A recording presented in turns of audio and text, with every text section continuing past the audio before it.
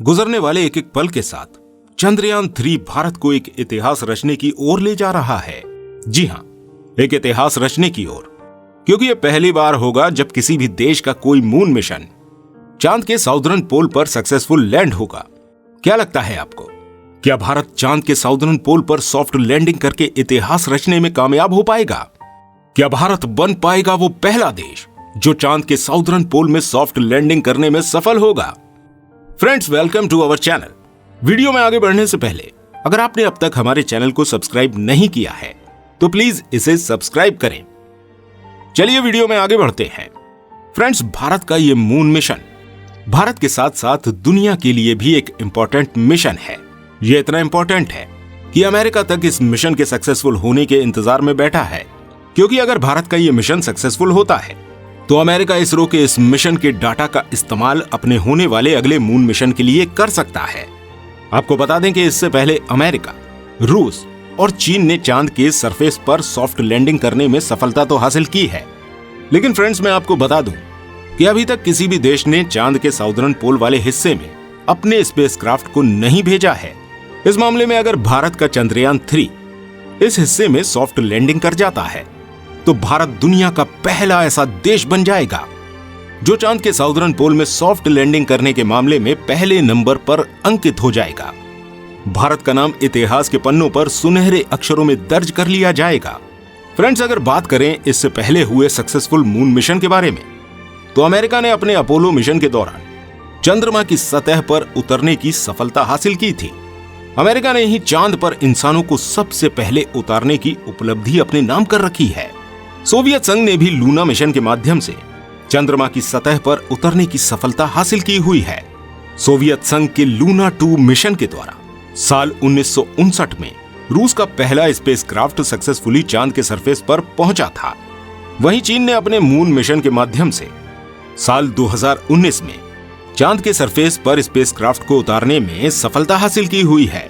Friends, Chandrayaan 3 mission में चांद का ये जो हिस्सा है जिसे साउदर्न पोल कहते हैं, वो इसलिए ज्यादा इंपॉर्टेंट है क्योंकि वहां पर अभी तक कोई भी मून मिशन नहीं हुआ है, यानी कि दुनिया अब तक चांद के उस हिस्से से पूरी तरह से अनजान है। और तो और अमेरिका की स्पेस एजेंसी नासा का भी ये दावा है कि साउदर्न पोल पर बर्फ होने की अधिक से अधिक संभावना है। उन्होंने ये भी बताया कि वहां कई तरह के प्राकृतिक संसाधन भी हो सकते हैं।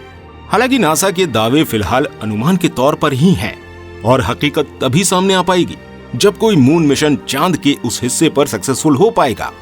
फिलहाल इसी कड़ी में चंद्रयान 3 दुनिया के तमाम देशों को पीछे छोड़ते हुए चांद के उस हिस्से पर लैंड करने के मामले में बेहद करीब आ चुका है। चंद्रयान 3 में लगा हुआ विक्रम लैंडर और उसके साथ गया प्रज्ञान रोवर नासा की संभावनाओं को टटोल कर दुनिया के सामने साउदर्न पोल के उस रहस्य से पर्दा उठा सकता है, क्योंकि चांद का साउदर्न पोल एक बहुत बड़ा हिस्सा है और उस बहुत बड़े हिस्से में बहुत बड़े बड़े क्रेटर्स भी हैं। ये क्रेटर्स इतने बड़े और इतने गहरे हैं कि वहां सूर्य की रोशनी तक भी नहीं पहुंच पाती, और यही वो कारण है जिससे नासा ने यह दावा किया है कि वहां बड़े बड़े गड्ढों में अंधेरों के बीच बर्फ का जमाव हो सकता है। वहां पानी बर्फ के रूप में जमा हो सकता है। अगर ये मिशन सक्सेसफुल होता है तो बर्फ के बारे में जानकारी के साथ साथ सौर मंडल से जुड़े कई और रहस्य भी खुल सकते हैं। फ्रेंड्स, फिलहाल इसरो के लेटेस्ट ट्वीट के अकॉर्डिंग चंद्रयान 3 मिशन का लैंडर मॉड्यूल चांद की सतह से महज 25 किलोमीटर की दूरी पर चांद का चक्कर लगा रहा है। उन्होंने अपने ट्वीट में यह भी बताया कि चंद्रयान 3 का दूसरा और अंतिम डिबोटिंग मैनूवर सक्सेसफुली हो चुका है और अब इसरो के साथ साथ पूरे देश और दुनिया को 23 अगस्त का इंतजार है, जब चांद के सरफेस पर भारतीय यान सॉफ्ट लैंडिंग करते ही इतिहास रच देगा।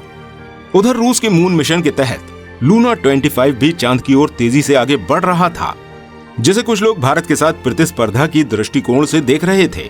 वो दुर्भाग्यपूर्ण तरीके से क्रैश हो गया है। जी हां फ्रेंड्स, करीब 47 साल बाद रूस ने लूना 25 को चांद के इसी हिस्से यानी कि साउदर्न पोल वाले हिस्से में सॉफ्ट लैंडिंग के इरादे से भेजा था, लेकिन रूस का ये मिशन लूना 25 के क्रैश होने के साथ ही समाप्त हो गया।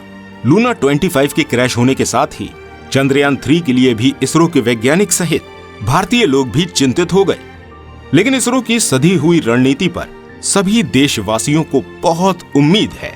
हालांकि इन उम्मीदों के बावजूद विशेषज्ञों का मानना है कि वो इस मिशन को हल्के में नहीं ले रहे हैं, क्योंकि आगे कुछ भी हो सकता है।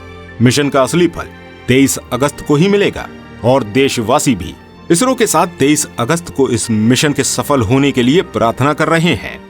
फिलहाल चंद्रयान 3 चंद्रमा की निकटतम कक्षा से केवल 25 किलोमीटर दूर है और चंद्रयान 2 लैंडर भी चांद की परिक्रमा कर रहा है, जिससे हमें डेटा मिल रहा है। फ्रेंड्स, चंद्रयान 3 की लैंडिंग से जुड़ी टाइमिंग को लेकर भी नए अपडेट सामने आ रहे हैं। जी हाँ फ्रेंड्स, जैसा कि चंद्रयान 3 की लैंडिंग को लेकर पहले 23 अगस्त के दिन शाम 5:45 का समय निर्धारित किया गया था, वहीं अब इस समय में बदलाव किया गया है। इसरो के अकॉर्डिंग अब चंद्रयान 3 की लैंडिंग 23 अगस्त की शाम 6:04 के आसपास होगी। अगर सब कुछ सही रहा तो सॉफ्ट लैंडिंग के बाद चंद्रयान 3 का रोवर चांद के उस हिस्से में बड़े बड़े क्रेटर में मौजूद पानी, जिसकी संभावना है कि वो बर्फ के रूप में वहां मौजूद है, उसे ढूंढेगा। साथ ही वहां मौजूद खनिजों के प्रकार को जानने की कोशिश में जुट जाएगा। साथ ही ये चांद के रेजोलिथ की प्रोफाइलिंग भी करेगा। फ्रेंड्स, चंद्रयान 3 मिशन चांद पर 14 दिन तक चलेगा। आपको बता दें कि चांद पर एक दिन पृथ्वी के 14 दिनों के बराबर होता है और इन्हीं 14 दिनों तक सूर्य की रोशनी चांद पर रहती है। चंद्रयान 3 इन्हीं 14 दिनों तक चांद की सतह पर रिसर्च करेगा। फ्रेंड्स, जैसा कि हमने वीडियो में पहले ही बताया कि फिलहाल चंद्रयान 3 चांद के बेहद करीब परिक्रमा कर रहा है और इसरो के साथ पूरा भारत, यहां तक कि पूरी दुनिया 23 अगस्त के इंतजार में बैठी है।